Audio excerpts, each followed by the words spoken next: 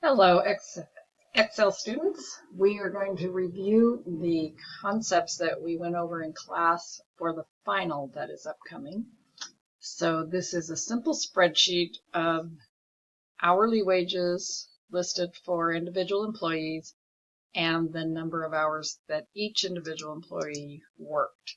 So in order to compute the pay for those individual employees, we're simply going to multiply the hourly wage by the number of hours worked. So by putting in a simple formula, equal sign, click on the cell, the first cell for the hourly wage, put in our multiplication symbol, and then put in hours worked.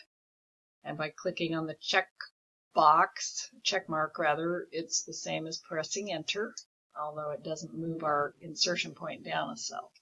And now I can fill down and have that formula appear in all of the other cells. So notice it turned out to be B4 times C4. The next row is B5 times C5, B6 times C6, B7 times C7. So now we need to calculate what would a 10% increase of this pay be. So let's suppose that each individual employee might be getting a 10% increase in pay. What would that amount to? How much more money would they receive? To do that, we can use a 10% number in this cell to make the calculation. So we can actually use the number 10 followed by that percent symbol to do this calculation. Again, we'll start with the equal sign. We will take the first cell of pay, multiply it again by that 10%. Now remember, we need to make this 10% an absolute reference, because when we fill down, we want that number to be used each time. So we want E3 to be the value that is multiplied each individual time. So I'm going to press the F4 function key on the keyboard to make E3 an absolute cell reference. Again, I click the check mark over here, and fill down. So notice now I have 10% of 480, which is 48. I have 10% of 500, which is simply 50, etc. So each of these cells are only giving me 10% of the total pay. Notice the formulas are D4 times the absolute reference of E3, and because I filled down each time just D5 times E3, D5 is the value that, or the cell name that changed. The next cell down, it becomes D6, but we are still multiplying by E3. And finally, the last one, D7, is multiplied again by the absolute reference of E3. Again, I want to stress we are only calculating 10% of what the total pay is. Well, what if I want to calculate 110% of that value? So I can use 110 up here and do that same calculation. But what is the difference going to be? When I multiply by 110, we will take the 480, get 10% of it, so it's equivalent of taking and multiplying it to get 10%, and then it's adding that into that 480. So we will end up with a number that is 480 with 48 added to it, which is giving us the 110%. So rather than try to explain it, let me just demonstrate how that works. Again, we're going to take the equal sign, multiply the total pay by that 110%. Again, I'm going to give it the absolute value reference check mark, and that gives me 528. So if you actually did the math, you would find that 480 plus 48 equals 528.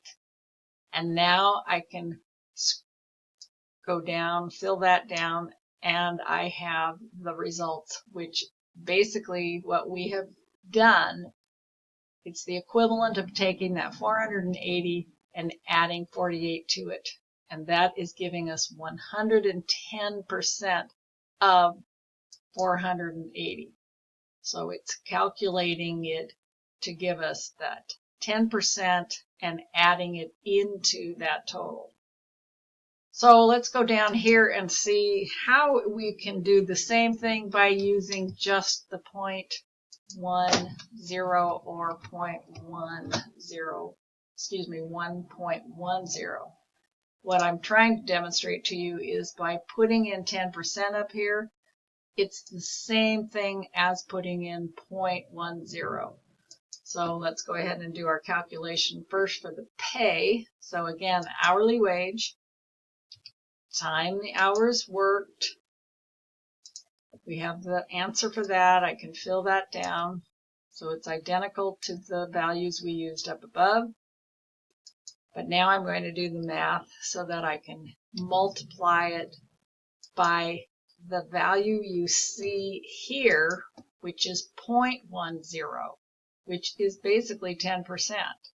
But I want to show you that Excel understands that 10 with the percent symbol after it is the same as 0.10. So I check box or check the enter. And now when I fill down, do you see how well, why didn't I get the same values? What did I do wrong? Let's go back to this cell here. Remember, when I clicked here, what do I need to do in order to make that formula work? I have D11, but I need to multiply E10 and make it the absolute reference. Do you remember? So now when I do the check and fill down, do you see how my values are the same as above? So it's very important that I remembered to put in that value as an absolute reference, and that way it kept multiplying by that cell right there. All right, so we have our values the same as what we had above. So multiplying by 10% in Excel is the same as multiplying by 0.10. So multiplying by 110%, let's see how it works when I multiply by 1.10. So I am going to go ahead and take that total pay. Whoops, I need to start with my equal sign. Total pay times that 1.10 and make that the absolute reference. Checkbox, check mark, and scroll down. So do you see how these values are the same? So whether I choose to multiply by 10% or 0.10, I will get the same results in Excel. And here I multiplied by 110%, and I got the same results when I multiplied by 1.10. Now the way the book has us do it is take, and I'm going to just so you to understand that this is a different section of my spreadsheet. I'm going to put that 10% up here. But the book taught you the way to do this is by pressing your equal sign, taking that value that you want to increase by 10%, multiplying it by 10%, and then adding that value back into it. So look what happens when I click on the checkbox. Do you see how that number is the same as that one? So let's take again a look at that formula. What I did was I took that D4, which is the pay, multiplied it by this 10% that we had from the same number from before, and then I added in that total pay again.